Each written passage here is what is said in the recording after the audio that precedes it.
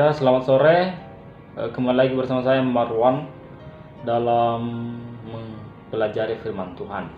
Nah, teman-teman, kita akan belajar dari Galatia pasal 1 ayatnya yang ke-8. Sekali lagi, Galatia pasal 1 ayatnya yang ke-8. Baik, saya akan membacakannya. Galatia pasal 1 ayat 8. Tetapi sekalipun kami atau seorang malaikat dari sorga yang memberitakan kepada kamu suatu Injil yang berbeda dengan Injil yang telah kami beritakan kepadamu, terkutuklah dia. Saya akan bacakan sekali lagi. Tetapi sekalipun kami atau seorang malaikat dari sorga yang memberitakan kepada kamu suatu Injil yang berbeda dari Injil yang telah kami beritakan kepadamu, terkutuklah dia.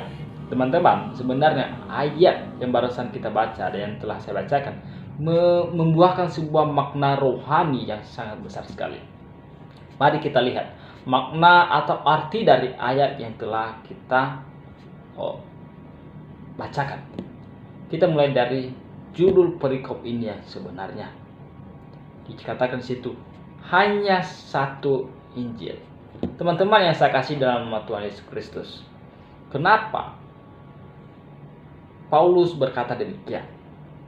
Alasan Paulus berkata bahwa hanya satu Injil, bahwa jika ada orang, siapapun itu, malaikat yang dari surga menyampaikan Injil kepada kamu, tetapi berbeda dari yang kami sampaikan, artinya itu bukan dari Tuhan.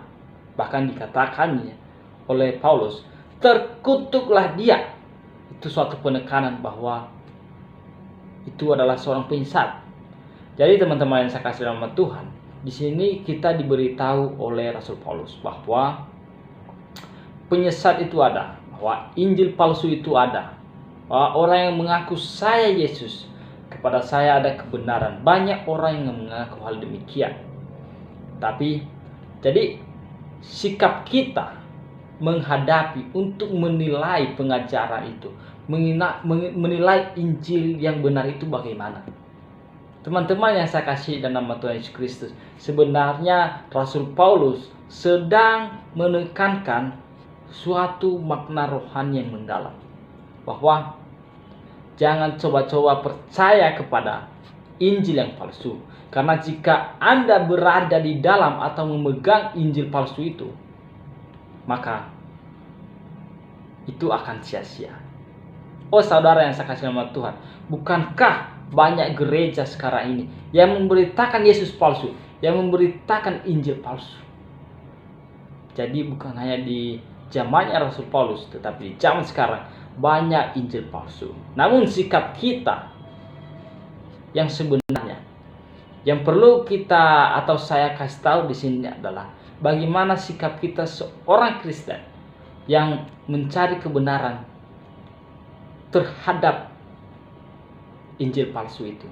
Bagaimana sikap kita yang tidak tahu apa-apa mengenai kebenaran, seandainya ya tidak tahu apa-apa, sikap kebenaran itu harusnya yang pertama kita lihat apakah yang diajarkan atau Injil yang dia sampaikan itu sesuai dengan Alkitab, sesuai bahwa Yesus Kristus mati dan bangkit untuk menebus dosa manusia.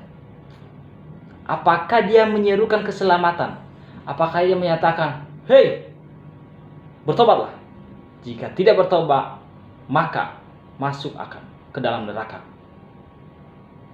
Apakah dia menyerukan keselamatan? Apakah dia menyerukan pertobatan? Apakah dia menyerukan pertobatan, yaitu mengakui bahwa saya orang berdosa, yang seharusnya yang dihukum adalah saya, tetapi Tuhan Yesus mati di atas kayu salib untuk menebus dosa saya?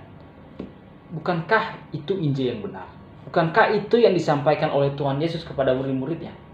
Bahwa bersaksilah tentang aku, bahwa saya telah mati, bahwa saya telah datang, bahwa juru selamat yang dijanjikan di perjanjian lama itu telah datang, yaitu Yesus yang telah disalib di Golgota.